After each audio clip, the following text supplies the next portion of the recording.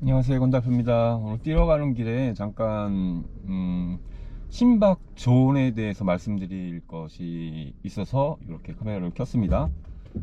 요즘 뭐 존2 러닝이니 혹은 뭐 존4, 존5, 빵넘 이런 얘기들 많이 듣잖아요. 그런데 이제 이 심박존을 이용한 훈련에 있어서 가장 중요한 게 정확한 심박존 설정인데요.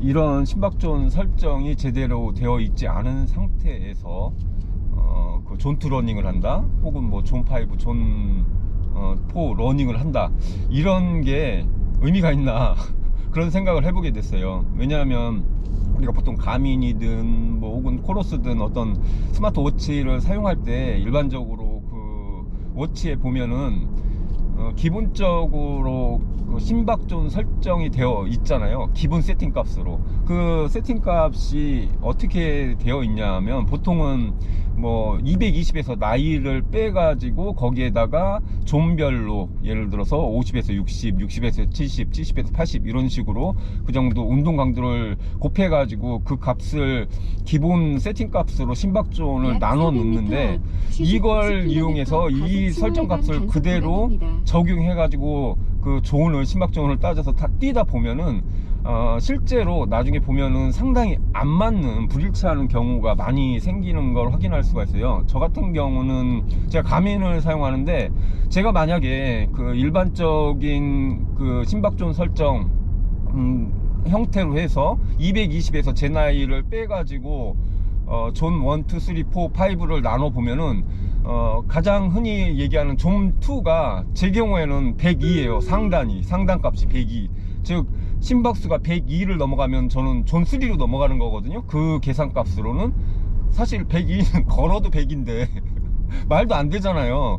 제가 그냥 걸을 때 100 정도 나올 수도 있거든요. 그렇기 때문에 그 일반적인 심박존 계산 방식으로는 저희같이 이렇게 보통 러닝 즐기시는 분, 마라톤 즐기시는 분들한테는 거의 안 맞는다고 보시면 되고, 그러면 어떤 게 보통 잘 맞느냐, 그나마 잘 맞느냐 말씀드려보면은 카르보넴 방식이라고 해가지고 여유 심박수, 그러니까 안정시 심박수를 이용한 방식을 통해서 계산한 값으로 적용하면은 잘 맞는 편이에요. 저도 그래서 그 방식을 사용하는데, 어떻게 하냐면은 그러니까 이거는 내 최대 심박수와 안정시 심박수를 잘 알아야 돼요. 보통은 내가 빵런 막 여러 번 많이 뛰시는 분들은 내가 최대 심박수가 어느 정도 나오는지를 알 수 있잖아요. 워치를 통해서 제공받으니까. 그리고 안정시 심박수 같은 경우는 아침에 일어나서 이제 앱에 다 뜨잖아요. 안정시 심박수 해가지고 쭉 나오는데, 저 같은 경우는 최대 심박수가 182로 잡혀 있거든요. 현재 182고 실제로 작년 JTBC 마라톤도 182로 최고 심박수로, 그러니까 최대 심박수가 그렇게 찍히면서 뛰었고요.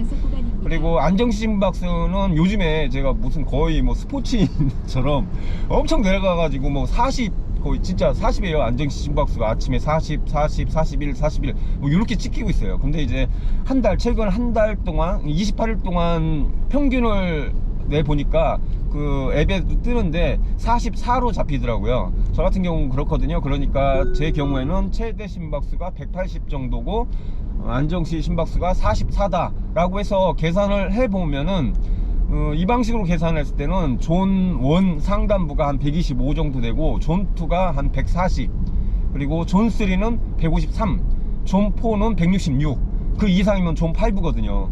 딱 이걸 적용해 봤을 때 저한테는 정확히 맞아 떨어져요. 왜냐하면 제가 뛰어보면 실제로 그 체감되는 운동 강도가 그렇게 느껴지고, 실제로 10km 대회, 하프 대회, 그리고 실제 풀코스 마라톤 대회를 뛰어보면은 그 존에 따라서 딱 맞게 뛰더라고요. 작년 JTBC 마라톤 같은 경우도 166 평균으로 그렇게 뛰었는데, 그러니까 존 4와 존 5 상단 딱 그 경계선에 걸쳐서, 그러니까 평균 값으로 쳤을 때 그렇게 뛰었다는 얘기가 나오거든요. 그래서 일단은 이렇게 카르보넴 공식, 제가 화면을 띄워드릴 때요, 이거 많이 검색해보면 또 계산 방식이 잘 나오거든요. 그 계산 방식을 통해서 심박존을 구해보면은 거의 맞아 떨어져요. 그런데 또 가민에 보면은 이제 젖산 역치를 통한 그 심박존 나누는 방식이 있거든요. 저도 그걸 해봤는데 저는 잘 안 맞더라고요. 왜냐하면 제가 이제 저희 동네 뛰어다니는 코스가 오르막 내리막 코스라서 다 언덕백이에요. 그래가지고 거기에서 이제 자동으로 저는 이제 그 여기 요거 보이시죠? 요거 가슴 심박계거든요. 이게 HRM 프로플러스라고 하는 가미에서 나오는 건데 요걸 산 지가 한 1년 넘었어요. 이걸 항상 차고 다녀요. 조깅 때도. 그래서 이제 심박수가 거의 진짜 정확한데 요걸 차고 뛰면 이제 장점이 뭐냐면 가민에서 자동으로 젖산 역지를 구해줘요. 이렇게 계속 주기적으로. 그런데 저 같은 경우는 이제 언덕배기를 뛰다 보니까 내리막에서 엄청 막 질러대면은 이 그 젖산역시 값이 엄청 좋게 나오고 또 오르막을 막 뛰어 올라가다 보면 젖산역시가 확 안 좋게 나오고 이런 문제가 생기더라고요. 그래서 제 요즘에는 이 젖산역지 값을 이용한 심박존을 사용하지 않고 이렇게 제가 직접 구한 그 카르보넴 공식을 통한 그 심박존을 직접 대입해 가지고 그렇게 나눠서 뛰고 있거든요. 그러다 보니까 제가 그냥 아무 생각 없이 설정해 놨던 값보다 제 실제 그 심박존의 상단선이 조금 심박수가 한 낮게 설정되어 있었더라. 그런 걸 발견할 수가 있었거든요. 한 5 정도가 낮게 설정되어 있었어요. 그래서 존2로 뛰어야지 하면은 저는 이제 135 정도로 알고 있었거든요. 그래서 135 웬만하면 안 넘기려고 그렇게 뛰었었는데 알고 봤더니 140 정도더라고요. 존2 상단이.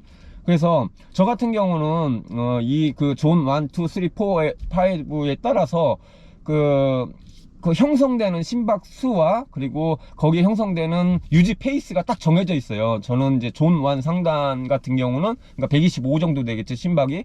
그 정도면 5분 40초 페이스로 따있을 때. 그리고 존 2 상단 140에는 한 5분 10초. 그리고 존 3 상단인 존 3 상단이 얼마죠? 152, 3 요 정도까지는 4분 한 30초 4분 40초 4분 40초 정도 돼요. 그리고 존 5 상단이 이제 4분 10초 이렇게 되거든요. 그러니까 서브 3 페이스 정도 이렇게 올라가고 하는데 제가 이걸 통해서 이제 계산을 해보니까 서브 3를 하기 위해서는 존 2 상단으로 최소한 5분 페이스는 뛰어줄 수 있는 기량이 돼야 그래야 존 4로 나중에 대회에서 서브 3 페이스로 쭉 유지가 가능하겠구나 라는 것을 발견할 수가 있었어요. 그러니까 존 2 상단으로 5분 페이스를 뛸 때 그러면은 존 3 상단으로 한 4분 30초 정도를 뛸 수가 있고, 그리고 4분 15초 안쪽 4분 그러니까 10초 정도로 그거를 존 4 안에서 쭉 유지할 수 있는 여력이 생긴다라는 것을 알 수가 있었거든요. 이게 이제 개인차는 있겠지만은 저 같은 경우는 딱 그 정도더라고요. 그러니까 심박존 하나를 올릴 때마다 심박수가 한 13.6 정도가 증가하고 대신 이제 페이스는 30초 정도를 더 땡길 수가 있어요. 그걸 통해서 유추를 해봤을 때 존2 상단으로 5분 페이스를 어느 정도 최소한 10km 이상은 유지할 수 있는 기량이 되어야 한다 라는 결론을 얻게 됐는데 그 얘기가 맞는 것 같아요. 왜냐하면은 이제 그 서브3 하신 분들 보면은 보통 그 저기 조깅 페이스가 얼마냐라고 이제 물어보면은 한 5분 정도 뛴다고. 그러면 예전에는 그 생각을 했거든요. 5분이면 엄청 빠른 건데 이걸 조깅 맞나? 그 사람들이 이거 조깅 너무 빨리 뛰는 거 아니야? 라고 생각했는데 아니에요. 보니까 서브 3 정도 기량 되시는 분들은 존 2로 5분 페이스를 뛸 수가 있더라고요. 그래서 이게 그렇구나. 그래서 요즘에는 그게 와 닿아요. 저도 실제로 존 2 상단으로 한 5분 10초까지는 이렇게 뛸 수 있으니까 그게 맞는 거구나 라는 것을 알게 이제 됐거든요. 그래서 그러면 이 존 심박존을 존2로 5분 페이스를 뛰려면 어떻게 해야 되냐.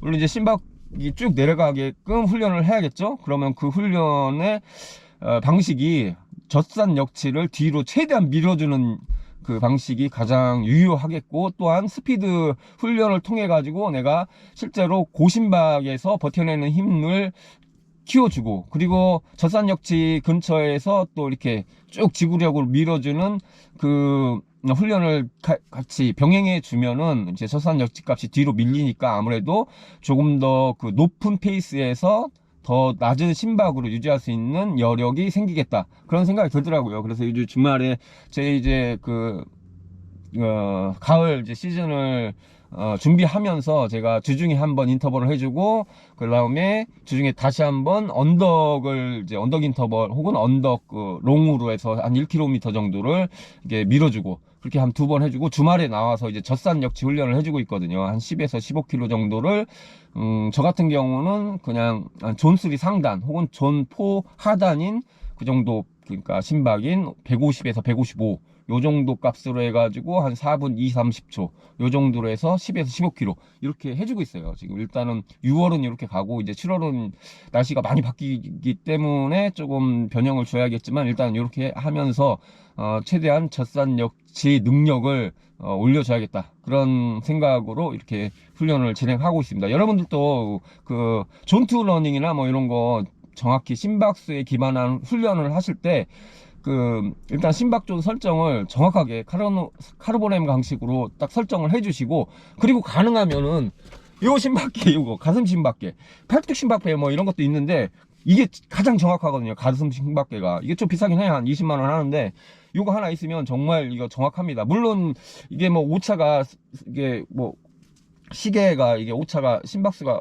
크냐, 그렇게 크지는 않아요. 그런데 제가 보니까 저같이 이렇게, 그러니까 저 같은 경우는 그래요. 동네가 언덕백이라 오르막 내리막 많이 뛰는 이런 형태, 그러니까 심박수가 변동이 심한 코스를 많이 뛰는 사람들은 차이가 많이 나요. 요거랑 이거랑 가슴 심박계랑 차이가 많이 나고, 그리고 인터벌 이런 거 할 때는 정말 차이가 많이 납니다. 인터벌 하면은 이거 워치로 하면은 심박이 되게 이렇게 그 그래프가 차트가 다 뭉개져 버려요. 이게 반응이 속도가 느리거든요. 근데 요거는 즉각적이라서 차트가 되게 이쁘게 나와요. 그냥 날카롭게 딱딱 톱니바퀴처럼 정확하게 반응하거든요. 그래서 심박존에 기반한 좀 훈련을 제대로 해보고 싶으시다 하시는 분들은 정말 요거 가슴 심박계 좀 거추장스럽긴 합니다. 이게 되게 불편하고. 근데 요거를 적극 권해드립니다.